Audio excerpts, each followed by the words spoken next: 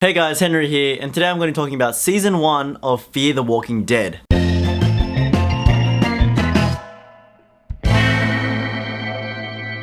So Fear the Walking Dead is a new TV series on AMC, and it's basically the prequel to The Walking Dead. It shows society before the actual virus or infection hits, and shows everything normal, and it shows the downfall of society and the devastation of civilization as the zombies, the walkers, just take over the whole world. Basically, it's all that juicy stuff that we missed when Rick was in that coma, and he just woke up and the zombies everywhere. This is that middle bit that we're really missing. However, Fear the Walking Dead is actually set in LA. So it's actually on the other side of the country to where Rick Grimes is over in Atlanta. So we don't actually know the timelines and know where these stack up, but it's safe to say that it's around that time when Rick is in a coma. So we're in LA, and that means we're following a different family. We're not following Rick Grimes and that crew. We're following a completely different set of people in a completely different set of circumstances. In LA, the infection only just started very, very recently. Only a couple of walkers here and there. The majority of people don't even know it. The rest of the people that seem to know are more like conspiracy theorists, and they're sort of crazy. And of course,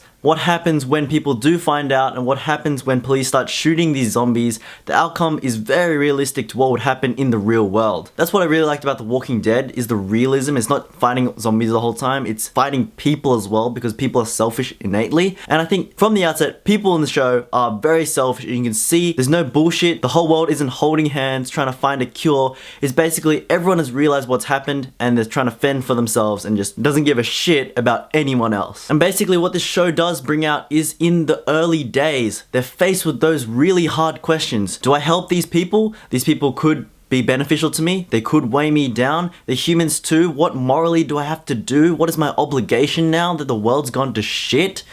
Can I trust these people? So many questions that were brought up in The Walking Dead, but now have a real fresh perspective because these people are faced with it for the very first time. They're not experienced veterans like Rick and them.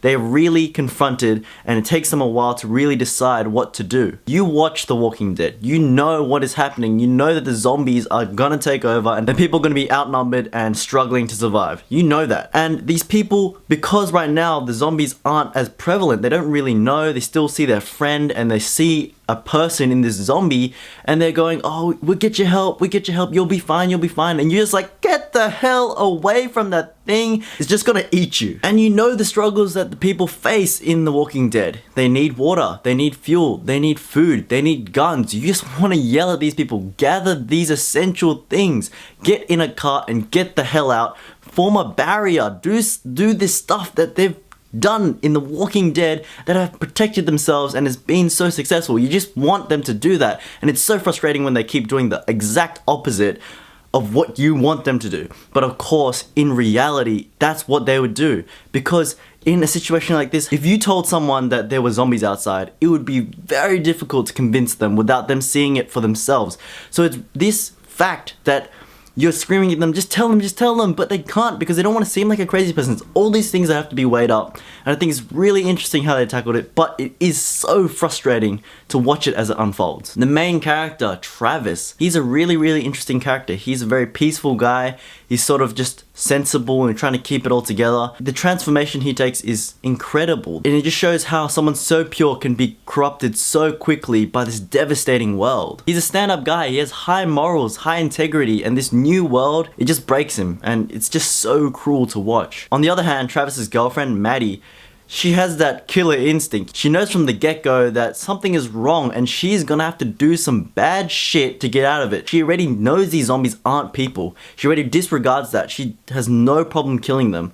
And I think this is the really important instinct that keeps Travis alive, and it makes a really good balance between the two in the relationship. And the character of Daniel, he is a total D-bag. He's actually just, his character is so unlikable. He's such a dick. He doesn't want to help. He just cares about himself and his family.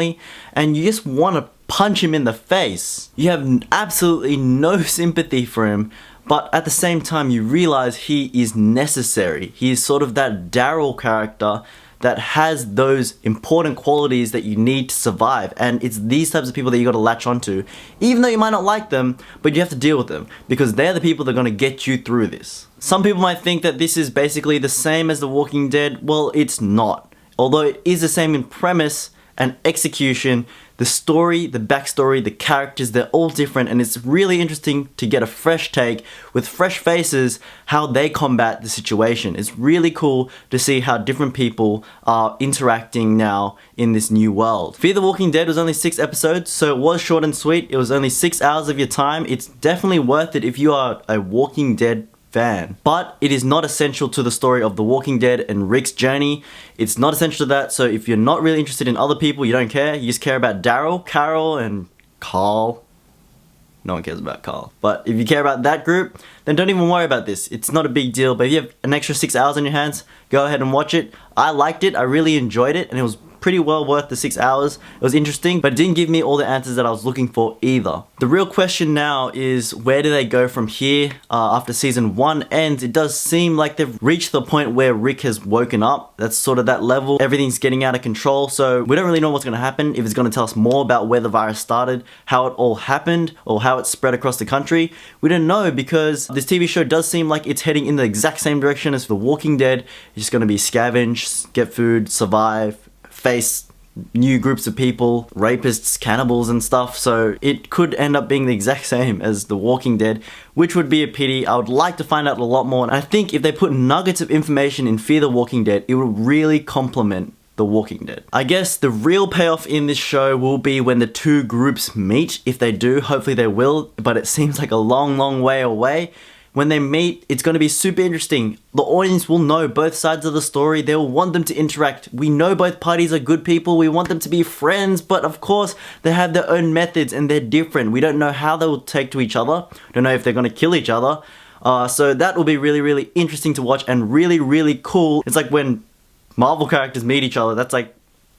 Overall, Fear the Walking Dead is entertaining. It's a good 6 hours. The characters are okay. Can't say I like them more than Rick's group, definitely not. But maybe in future seasons, you might grow more attached to them. I don't know. I guess the point of having so many characters is finding that 1 or 2 characters that you really like and you sort of stick with them. You pray to the producers that they do not die. If you are a Walking Dead fan, I recommend you do check it out. But if you don't really care about another group facing zombies, then don't worry, you're not missing out on too much. Thank you guys for watching this video. Be sure to hit that like button if you enjoyed this video. If you want to see more of me reviewing TV shows and films, be sure to hit that subscribe button. If you've seen Fear the Walking Dead, please comment down below your thoughts. I want to know what you guys think, what characters you liked, what characters you didn't like, what you expect in season 2. I also have another channel called Clowd TV where I make skits, sketches, and travel videos, so be sure to check that out as well. Thank you guys again for watching this video, and I'll see you guys next time.